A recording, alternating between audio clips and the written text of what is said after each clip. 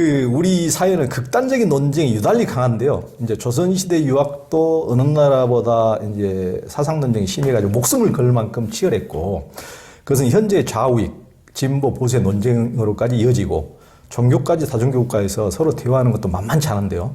도호스님은 이제 원불교 수련관 여기서 이 근처에 지을 때나 산내면에 또 지산댐 등 다양한 갈등 사안을 실제 풀어낸 경험이 있으신데, 특히 스님이 반대되는 의견을 경청해주는 인내와 대화심은 이제 많은 이들이 인정하는 바인데요.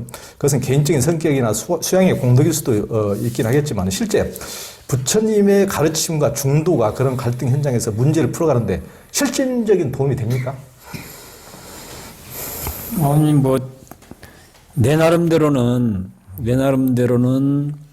어떤 불교 공부하고 수행하는 사람이니까 당연히 불교적으로 이제 답을 찾기 위한 노력하는 것이고, 그걸 이제 교리적 언어로 하면 중도적이다 이렇게 얘기를 하는 거잖아요. 그래서 현장에서 크고 작은 많은 문제에 대해서 사실은 현실적으로 뭐라고 해야 되나, 가장 이상적이고 완벽한 수준까지는 못 갔다 하더라도 어쨌든 불이 났으면 우선 급한 불은 끄는 이런 정도는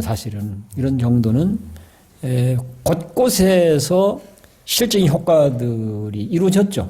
그건 사례를 다 들 수 있어요. 여러 가지를. 어떤 것은 요만큼 가다가 못 간 것도 있고 저만큼 간 것도 있고 하긴 한데, 그러나 그건 상황 따라서 더 지속적으로 공을 들여야만 저만큼 갈 수 있는 것도 있고, 조금 공을 덜 들여도 저만큼 갈 수 있는 것도, 이건 조건 따라 다 차이가 있는 것이 있을 뿐이지, 효과를 봤던 사례들은 많이 있죠. 그런 것들이. 그 중에서 대표적인 실상사회에 가까이 있었던 게 원불교 수련원, 거기는 훈련원이라고 얘기하더라고요. 원불교 훈련원 건립 과정 속에서 원불교와 주민들의 극단적인 다툼, 이것도 그렇게 해서 이제 풀었었고, 지리산댐 문제도 사실은 중간에 이제 끝까지는 못 갔는데, 이 정권 교체되는 바람에 박근혜 정부 때 어쨌든 대화의 장을 통해서 대단히 많이 좁혔죠. 대단히 많이 좁혔는데 정권 교체가 되어지고 정책이 달라지면서 정리가 됐는데, 여기서 지금 이제 이 대화가 이런 중도적 대화라고 할 수 있고 화정적 대화라고 할 수 있겠는데, 이 대화가 얼마만큼 현실성이 있냐 하는 것을 말해주는 한 사례는, 이 대화를 거부했던 지리산생명연대 사무처장이 거기 참여를 했어요. 젊은 친구인데, 이 친구가 왜냐하면 정권 교체되면서 이 대화로 매듭을 못 지었거든. 진전은 됐어도. 이 친구가 대화해서는 안 된다고 생각을 했는데, 어떤 화정위원회의 그런 제안과 역할을 수용해서 대화를 해보니까, 이거 대단히 정말 좋다. 엄청난 효과가 있다. 근데 아쉽다. 대화로 마지막까지 가서 완성도가 이루어졌다면 대단히 좋았을 텐데, 정국이 바뀌면서 결국은 중간에 이제 멈춘 상태에서 정책에 의해서 이제 정리가 돼버리니까 그게 매우 아쉽다, 이런 얘기를 해요. 그러니까 실제 해보니까 대단한 성과가 있었고 내용적으로 대단히 좋았다, 이런 얘기를 해요. 그러니까 제가 보기에는 이제 도보 스님의 그 점을 정말 높이 평가하지 않을 수가 없는데, 예를 들면 문제 해결 방식에서 우리들의 보통인들의 해결 방식은 이제 내가 이겨야 된다. 그런데 설사 소송이나 뭘 해서 이겼다 한들 지는 사람들이 마음으로 굴복하지 않고 속으로 내가 유전무죄, 돈이 없어서 졌지, 비싼 변호사만 샀으면 저놈이 지금은 이겼지만 저것이 나중에 약점 생길 때 한순간에 저놈을 꺾어뜨려서 멸문지화를 시켜버릴까 속에서 원망심을 갖고, 그러니까 누구도 상처뿐인 영광이지 누구도 이긴 것이 아니고 뒤끝이 땡기는 그런 승부가 계속 반복되는 게 세상사란 말이에요. 그런데 도업스님이 갈등 현장에서 일단 이기는 게, 누가 한쪽이 이기는 게 문제가 아니고 서로 잘 해결해서 누구도 상처받지 않고 해결하는 것이 중요하죠? 이것을 대전제를 깔고 시작하기 때문에 내가 이기려고 시작하는 것이 아니고 해결하고 문제를 풀려고 시작하는, 그게 너무 중요한 포인트인데, 이 중요한 포인트 하나도 못 잡고 우리가 지금까지도 갈등을 하나도 해결 못하고 지금까지 늘 갈등 공학이라고 할 정도로, 갈등으로 치러지는 비용이 수조, 수십조, 수백조라고 할 정도로 그렇게 돼가는데, 굉장히 그 중요한 대목인 것 같습니다. 죄송합니다. 늘 말씀 막아서. 잠깐 요 얘기 이제 연결돼서 좀. 두 분이 하세요. 미안해. 그 비노바밥의 얘기가 나와갖고 비노바밥의 그 글을 보면 보면 그런 내용이 있어요. 모든 상대에게는 열고 들어갈 문이 있다. 모든 상대에는. 그것이 뭐 나하고 원수라 하더라도. 근데 사람들은 이 문을 잘 찾아서 열고 들어가야 되는데 그러려면 대단한 인내와 끈기 있는 노력이 필요한 거잖아요. 그러지 않고 자꾸 이게 쳐부시고 들어가려고 합니다. 이게 좀 이렇게 하고는 안 된다 하는 얘기를 한 게 이제 있어요. 비노바베가. 모든 상대에게는 열고 들어갈 문이 있다. 이런 것이 나는 이제 대단히 중요하게 이거 정말로 어쩌면 현장에서 삶의 문제를 다뤄가는 데 있어서 이런 부분이 대단히 중요하겠구나. 이런 것들이 뭐 어쨌든 좀 끈질기게 어쨌든 얘기를 하려고 하는 태도를 갖게 하는데 큰 힘이 도움이 됐다. 이런 얘기를 좀 하고 싶고 또 한 가지는 불교는 하면 할수록 결론은 뭐냐? 더불어 함께 살도록 되어 있어. 고로 죽으나 하나 우리 더불어 함께 사는 길을 가야 돼. 이 얘기하고 있는 거야, 불교로 하는 게. 그럼 더불어 함께 살려 하는데 너하고 나하고 편간에 싸워갖고는 더불어 함께 갈 수 있는 길이 없잖아요. 그러니까 승부를 내는 방식으로 해결하려고 하는 것은 더불어 함께의 정신이 안 맞다는 얘기죠. 이건 패거리 싸움일 뿐이다. 그래서 연기적 세계관을 현실로 갖고 와 보면 더불어 함께 살도록 되어 있고 더불어 함께 살아야 마땅해.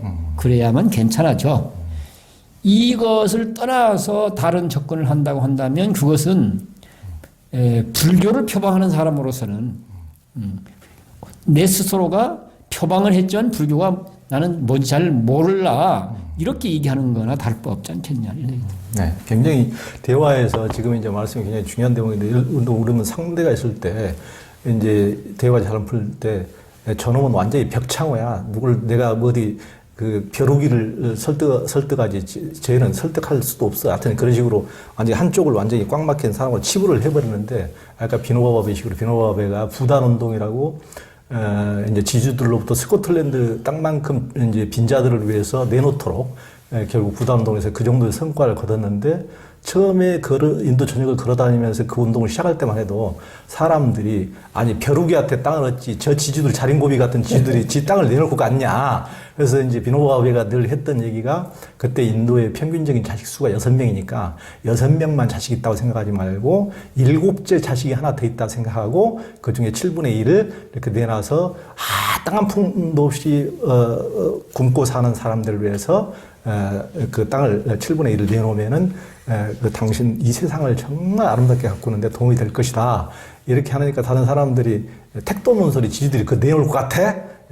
99석을 채워서 100석 채우려는 사람들이 그걸 내놓을 것 같냐고 이런 식으로 하니까 어떤 완고한 성도 개미가 들어가지 못하는 성이 없다. 그러니까 어떤 완고한 벽창 같은 마음이라도 선한 마음이 있고 우리는 그 구멍을 뚫고 거기에 들어가야 된다. 해서 결국은 스코틀랜드 땅을 얻어냈기 때문에 결국 우리는 다른 쪽은 저놈하고는 얘기해봐야 소용도 없어. 이렇게 하기보다는 그 부처님도 누구에게나 불성이 있다고 비노바베도 어떤 완고한 성도 길이 있다고 했기 때문에 아마 그 도법스님도 늘 안 될 것 같은데도 늘 대화를 하는 것은 그런 확고한 믿음이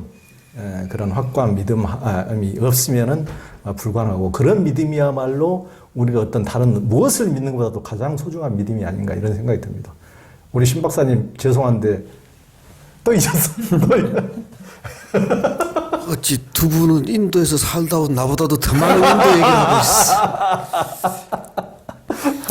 아마 이것도 하나의 그 뭐랄까 한국에서 바라보는 인도의 또 다른 면인데 실제로 서ben갈 그리고 그 인디안 콩그레스의 유서 깊은 동네에서는 탁오로 얘기를 많이 하지 간디 얘기는 거의 안 해요.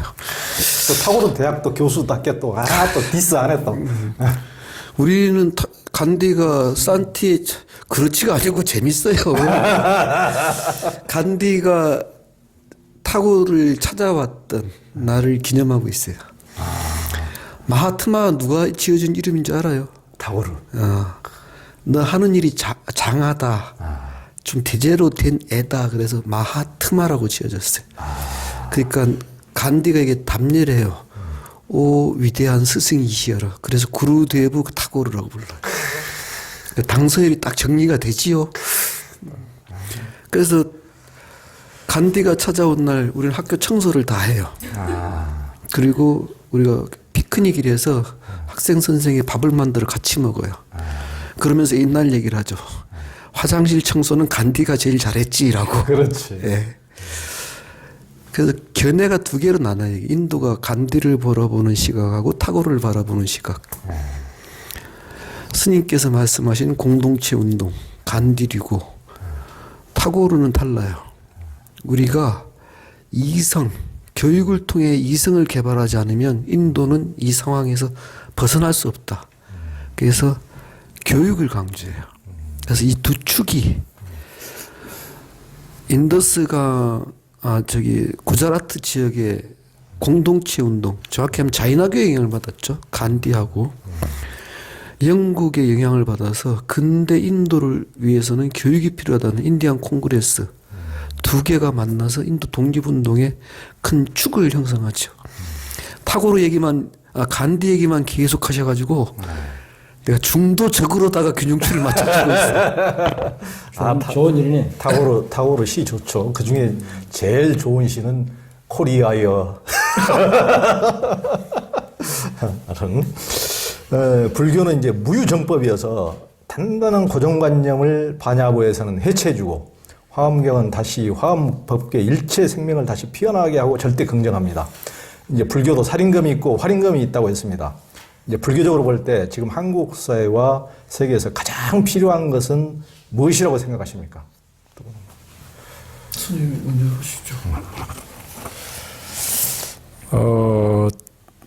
불교냐 아니냐를 구분하는 척도는 당사자가 자기 자신에 직면하고 있는가 아닌가가 척도라고 봐요.